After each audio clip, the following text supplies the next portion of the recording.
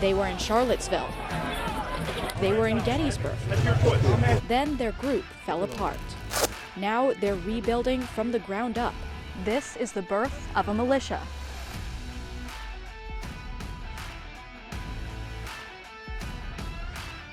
This newly formed militia group agreed to give an inside view of their training, held in West Central Pennsylvania. The first meeting of the Pennsylvania Volunteer Militia drew only 6 men, all Old Guard members of now disbanded groups. It was just build, make it big, burn it down, build, make it big, burn it down, build, make it big, burn it down. And that's kind of where we're at today. You're letting him know you're moving? Yeah. Okay, because right now he can't see you. It's the 6th time Christian Yingling is starting from the beginning. Over 12 years, the 48-year-old from the Pittsburgh area led a group called the Westmoreland County Regulators, followed by 4 iterations of the Pennsylvania Lightfoot Militia. They're not going to be able to move until they at least break to that blue barrel. This time around, he's setting the agenda. We do tactical training, we wear camouflage, we carry guns, absolutely. But that's not all we do. You know, we want to do community service stuff, help out at food banks, you know, go help clean up a playground. They train for different situations, though most involve government overreach. The United States government has mandated that it is 100% mandatory to get the COVID vaccination. The government is never going to look at us in a favorable light because we are, in my opinion, always going to be a threat to them. Not necessarily in the fact that, you know, we're in a militia, but in the fact that our militia is like, other militias out there are the first ones to stand up when there's constitutional violations taking place. We're the first ones to step up, whoa, whoa, whoa, whoa, hey, whoa, time out, slow down. All they say to protect you. We're helping the community, but we're armed. It's a new vision of what a militia could be, a third-party watchdog of both the government and extremist groups. I'm trying to change how you look at the militia. Their methods, though, are controversial, and many say problematic. It all goes back to interpreting the meaning of the Second Amendment. Both gun rights Everything from here to here. and militia groups hinge on the Second Amendment. A well-regulated militia being necessary to the security of a free state, the right of the people to keep and bear arms shall not be infringed. It's not surprising, then, that groups tie their existence to that sentence. It doesn't say a well-regulated army. Militia are those private citizens who, at any given moment, leave their occupations, leave their families, leave the comforts of their home to protect those that they love. Constitutional scholars say the true meaning of the term militia is not so clear-cut. The idea of a well-regulated militia means a well-trained militia, so it's not the same thing as saying that we can impose regulations on the militia. But it does indicate that just people owning weapons and operating vigilante style is not within the intent of the Second Amendment. To understand the true intent, we have to go back about 250 years.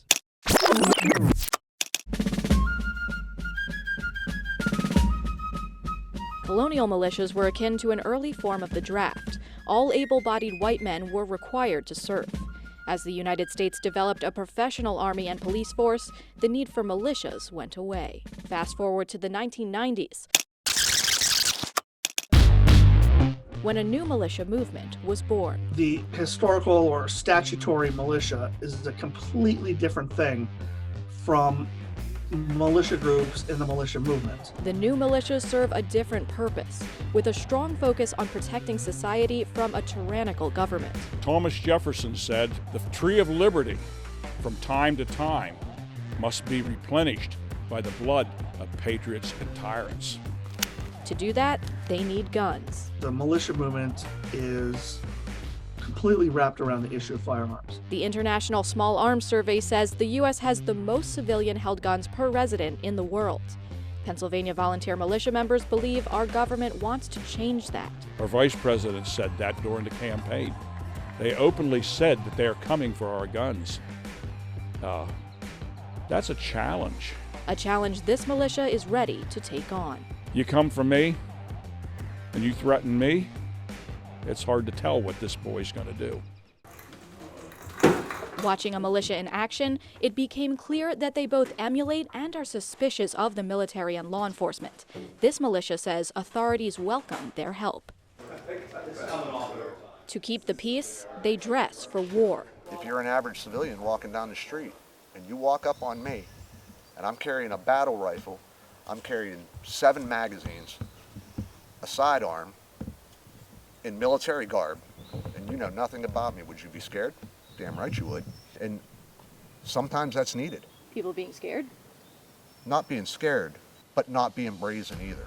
During the 2017 Unite the Right rally in Charlottesville, court documents say even National Guard members confuse Yingling's men for fellow military. That's a recipe for a difficult afternoon. Retired Army Colonel Jeff McCausland says the similarity between military and militia uniforms isn't a coincidence. Some people find the whole idea of the military appealing to them in terms of, let's be honest, the regalia and the training and the discipline. Several members of the Pennsylvania Volunteer Militia are veterans. He or she may find the camaraderie, the cohesion, a very attractive thing and something they miss that they enjoyed a tremendous amount while they were in uniform. Others are substituting militia service for not having enlisted earlier in life. I've done a lot for my community, but for my country, no, I never did anything for it. One more time.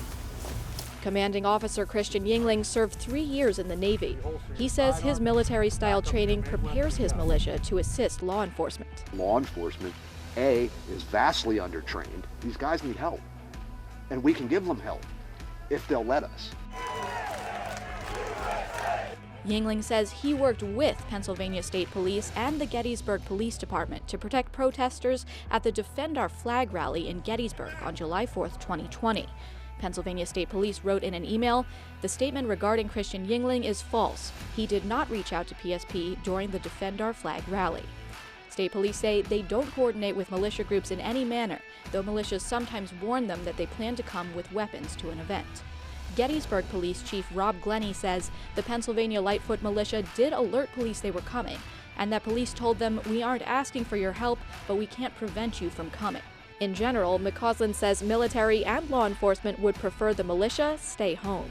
They're not helpful at all. Okay, most senior military officers would say, we're not going to conduct an operation with a bunch of, to be candid, amateurs. The question remains, do protesters need or want their protection? All right, here's how we're going to do it. This militia straddles an uncomfortable balance between neutral protector and right-wing advocate. They say they put their beliefs aside when protecting people with differing viewpoints, but some question if that's realistic. The Southern Poverty Law Center says there are 273 active right-wing extreme anti-government militias in America, 12 of which are based in Pennsylvania. But militia founder Christian Yingling says the Pennsylvania Volunteer Militia isn't like other groups you've seen on the news. He says the Proud Boys, for example, are full of adolescent men who want to start fights. I just think they're a hate group, I do. If you do talk to Yingling or other members, they'll tell you, though they all share conservative opinions, their militia will show up at protests and rallies to protect anyone's constitutional rights. We believe, even though we disagreed with the BLMers last year, we stood between them and the counter-protesters. The protesters and the counter-protesters. And if you don't think that that's dangerous to do, you ought to try it. We've gone to plenty of rallies where we stood down the middle between left and right to keep them separated, to maintain the peace. More or less almost like a peacekeeper sometimes. If you're truly peacekeepers, then do you see it as a problem that some of the beliefs kind of bleed over into these other groups that you consider more hate groups? More extremist. Yeah. Yeah, absolutely, it's a problem. It's a huge problem. Absolutely. Is there any way to fix that? Yeah. Set a good example. Set a good example. Try to work with these groups. Try to get them on that same mindset. We're not here to start a war, and we're not here to fight a war. Militia critics argue it's naive to think the people drawn to right-wing militias can be unbiased. I think over time it'd probably be pretty difficult to keep everybody together on that one. And once you start protecting a group, then you are aligning with that group. Others say the presence at militias at rallies just adds to the tension. They're looking for a reason to exist with that. Because guess what? The Proud Boys don't need protecting. BLM doesn't need protecting. Yingling says people should educate themselves on what groups stand for, so that his militia can more effectively help them. Members of the Pennsylvania Volunteer Militia may carry AR-15 rifles, but the true battle they face is of words and ideas. The militia movement has been branded as extremist and anti-government, and in many cases that's true. But this militia wants to change those labels. Where we get like the bad rap at is that we get told we're all anti-government, we're insurrectionists, and it's not. We care about the communities we live in, and we're out to help maintain control within them and help assist where needed within our communities when something does go wrong. The militia movement is shaped by the narrative, that is, the story told and the people telling it. The first narrative, the one that built this movement, describes a tyrannical government, disturbing conspiracies, and those who won't take it lying down. I bought into what a lot of Alex Jones said. There was a special on the Discovery Channel called something about militias across America, and that got me interested, and I joined the group.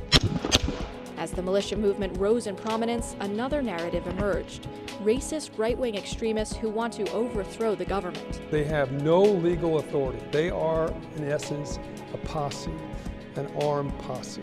The Pennsylvania Volunteer Militia say that characterization is undeserved. The media does demonize us as a bunch of insurrectionists. And there's a lot of bad groups out there that fit the bill and give that image, just like what happened in D.C. back in January. Pennsylvania Volunteer Militia was not at the Capitol riot of January 6, 2021. None of us were going anywhere near it. But in the ensuing media attention, Yingling says many groups went underground. Many militia members prefer to stay out of the limelight, but Yingling wants you to see this training. He says stepping out of the shadows is the only way to correct what he sees as a false narrative. That's why I tell all these militias right now, don't hide, don't go underground, stand up for what you believe in, and shout it from the top of the highest hill. Yingling says he's been deplatformed from Facebook and YouTube, which is why he's talking to us, even though he says most media hates him. Do you trust me? So far, yeah. Until you give me a reason not to. Yingling says media exposure will amplify his narrative of a community organization protecting individual liberties. So far, he says, it's working. Within days of its founding, the Pennsylvania Volunteer Militia doubled its still small membership to about 12. And Yingling hopes it will continue to grow. For Yingling's vision to work, he has to make other militia groups believe it. That's an uphill battle in the current political climate of extreme views. But if he can redirect the purpose and energy of some people in these armed groups, they believe they have a fighting chance. Harry Lee, Fox 43 News.